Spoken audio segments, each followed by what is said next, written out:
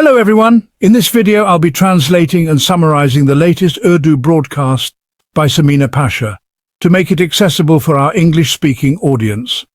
Let's go through the key developments and insights in Samina Pasha's words. Today is a very important day, and so the news is also very important, because today is the 14th of August, a day that holds great significance for several reasons. Firstly, of course, the whole nation celebrates this day as a national holiday. Secondly, there was also a call from Imran Khan Sahib for the public to come out, so PTI supporters also took to the streets. In addition, the government officially celebrates this day, especially linking it with the celebration of the victory in the Battle of Haq. The main government event for this day took place in Islamabad, and other ceremonies were also organized in different locations. So from multiple perspectives, this day has become very important. But if I give my overall take on today, I feel that if there's anyone truly deserving of congratulations for freedom, it is actually someone who apparently is not free, Imran Khan, who is currently in a prison cell. And yet right now, he is the freest person of all, because a truly free person is one who can think freely, speak freely, and has no fear. And that free person, in my view, is currently prisoner number 804 in Adiala jail. The rest of the nation still has the passion, the desire, the struggle to achieve real freedom, freedom from fear, freedom to vote for and choose their leaders, freedom to support any political party without restrictions. The media too should have that freedom, to carry out its professional duties without fear, but that is not the reality today. Everyone faces different kinds of restrictions. Even the judiciary has its own restraints and is not fully free, bound by various amendments. All of this gives society an atmosphere of suppression and suffocation. Yet despite this, I believe today has been highly significant for many reasons.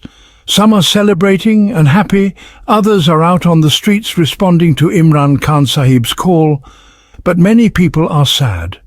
They feel perhaps we have no real right to celebrate, given the ongoing operations in Bajar, the situation in different areas of Khyber Pakhtunkhwa, the unrest in various parts of Balochistan and the overall atmosphere of suffocation. They question whether this is truly the independence that was dreamed of and sacrificed for. Yes, we gained independence from the British and from Hindus of United India, but have we really achieved complete independence? Or are we still far from it? What we have now is incomplete freedom. So today many people feel sadness, especially remembering their leader Imran Khan spending yet another Independence Day in prison. Still, since he gave the call to take to the streets, large numbers of PTI supporters have been out holding rallies. These started on the night of 13th August and continued today on 14th August. If I give you some updates from last night's rallies, Sindh surprised me. Even in small towns there were massive rallies. There's a clear pattern now in Sindh of strong mobilization and momentum. Cities like Tandu Muhammad Khan, Badin, Nawab Shah, Matiari, Sanghar and Mirpur Khas all had rallies. A large rally was also seen in Karachi at Shara-e-Faisal, heading towards Millennium Mall, though police presence was heavy there. Karachi always responds strongly to Imran Khan's calls, though scenes of police baton charges are also common. Still, people come out every time. In Punjab too, rallies were held in many areas. Sargodha had 3 rallies today alone, including one led by Naeem Hayda Panjota in the afternoon. Talagang and Mianwali also saw rallies, though Mianwali had a police crackdown to disperse crowds. Similar situations occurred in Attock, where Ayman Tahir Sadiq's event was blocked by police. But if we talk about Punjab's biggest show of strength last night, it was Rawalpindi. Multiple small rallies merged into a massive procession on Murray Road, creating a huge gathering. People were surprised by the turnout. The rallies were filled with energy, families with children, carrying both Pakistan and PTI flags, wearing shirts and masks with Imran Khan's image, chanting for his release. Rawalpindi's rally was a true power show. Chants like, "Imran, your lovers are in Rawalpindi" were heard. Leaders like Simabia Tahir and others from the city's organisation were present. If we say any city stole the show by midnight, it was Rawalpindi. Unfortunately, police later cracked down and there were reports of misbehavior with families, including an incident where an officer harassed a man riding with his children. Such conduct is disgraceful, but sadly it has become a pattern with Punjab police. Later in the night, Lahore also saw a strong rally. Throughout the day, rallies kept happening across various cities. But Lahore's afternoon event drew the most attention. It was the release of PTI's Hayda Majid after 2 years in prison. Hayda Majid, former president of ISF Punjab, was sentenced by a military court for 2 years. Upon his release today, the scene outside Kot Lakhpat jail was full of celebration. Flowers, chanting, crowds blocking the road. And here's the striking part. Most people, after facing wrongful punishment, family suffering and torture, would quit political activity. But PTI workers are different. Upon release, the first slogan Hayda Majid shouted was "Long live Imran Khan," carrying both Pakistan and PTI flags. This shows how an ideology survives despite violence, oppression and punishment. It lives on, it refuses to die. It defeats fear, stands its ground and tells the oppressors, "Do what you will, we're still here." This is the power of belief and the loyalty PTI workers have for their leader, enduring all hardships, yet loving him deeply. However, even this celebratory rally saw a police crackdown. Hayda Majid's father was arrested, later released, along with some other workers who may also be released soon. Hayda himself quickly left on a motorcycle to avoid rearrest and went to meet the lawyers' community, where he gave a short speech, saying essentially the same things he had said 2 years ago when first arrested. The point is, these people are not going to back down. Despite being labelled traitors, terrorists and enemies of the state, despite full-blown media campaigns against them, the kind of welcome Hayda received shows that no one accepted that narrative. Everyone present received him as a hero, like he is some kind of hero. So then, whose narrative has actually won? But there's something else I found very interesting in all of this. Notice that in Pakistan right now, if any day becomes significant, who is it because of? It's because of Pakistan Tehreek-e-Insaf, PTI. If there's a day that gets celebrated, it's the PTI workers who bring it to life. They are the ones who fill every event with colour, who put on a show in the streets, who make social media buzz. They are the ones who give you the feeling that there's still life in this nation, that there's still a soul, still passion. Any event they own changes entirely. It takes on a different energy. I believe PTI's workers, supporters and voters are essentially the backbone of Pakistan right now. They keep the country connected because they exist in every province. They give you the sense that life is still happening here, that when there's an occasion, people still come out to celebrate. And then you look at the other political parties. What do they have left? Can you recall the last time you saw a PMLN worker come out to celebrate an event, to hold a rally to show that same enthusiasm? Or a PPP event where the workers stole the show? That doesn't happen. These days, if there's any event that truly becomes an event, it's because PTI's workers made it so. The reason is simple. First, they are greater in number. PTI is currently Pakistan's largest party with the biggest voter and supporter base. Second, they have been going through a prolonged crisis, which keeps their passion at a constant high. And third, they have become like gold, purified in fire. They've been through so much pressure and heat that they've turned into something unbreakable. On the other hand, there's something unfortunate to point out. Earlier, I was talking about Punjab police. Today, I saw a strange piece of news with video evidence.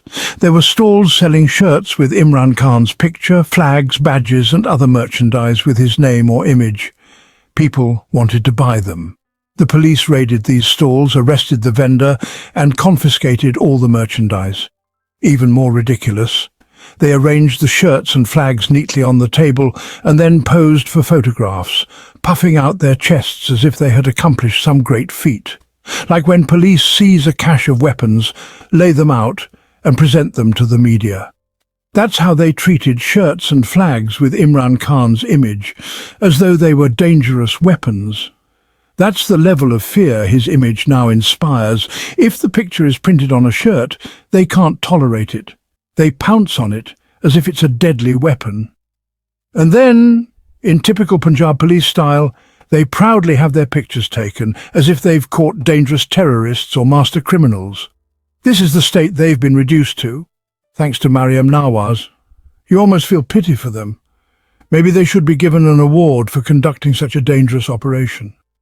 Meanwhile, on the government side, today was also celebrated officially. A central event was held at Jinnah Ground, attended by the Field Marshal, the Prime Minister, the President, Punjab Chief Minister Mariam Nawaz, Asifa Bhutto and Mariam Aurangzeb. There was an impressive flypast, speeches, a parade and a large crowd.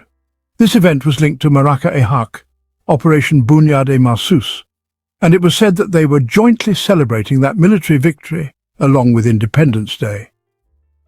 As usual, Shahbaz Sharif heaped praise on the Field Marshal. But what surprised me was this: Maraka-e-Haq's success had already been celebrated separately, with speeches, billboards, everything. Now attaching it to 14th August made the National Day feel less like a civilian celebration, and more like a military one. Like how 23rd March, which commemorates the Lahore Resolution, has been turned into a military parade day, even though it had nothing to do with military action. Of course, 6th September is Defence Day, which is naturally military in nature, but now 14th August has been stamped with a similar military tone, as though Pakistan's independence was achieved through a military victory. I don't understand why a country born from a democratic struggle has its national days turned into military days. Perhaps they linked it this year due to the recent military success, but whether they'll continue doing this in the future is uncertain. In any case, now everything seems tied to that same imprint, whether it's the Prime Minister, Parliament, Judiciary or media. You can't separate from it. The stamp is everywhere. But the public's emotional connection still lies with prisoner number 804. No matter how much they've tried to erase him, he hasn't been erased. In fact, I felt that the government deliberately organised so many events this 14th August. Governor Sindh hosted big gatherings in Karachi with dancing and entertainment, trying to attract people. Similar events were held in Lahore, perhaps to show that celebrations can happen with or without Imran Khan. But the fact is, since Imran Khan had instructed his workers to come out with PTI flags, those colours were visible everywhere. So yes, the nation did come out onto the streets today in significant numbers. The process will continue throughout the day. And one last update: since it's Thursday, it's supposed to be the day to meet Imran Khan in jail. A list of 6 visitors has been sent in again. But just like before, I don't expect even a 1% chance that anyone will be allowed to meet him. Everyone knows it won't happen. Still, people will go, try to see their leader, show solidarity. But given the current situation, no one can say the meeting will take place. That wraps up our translation of Samina Pasha's video. I hope this English version helped you understand her message better. Please like, share and subscribe to Awami Lens to help our community grow. Don't forget to leave a comment below and let me know what you thought of this effort.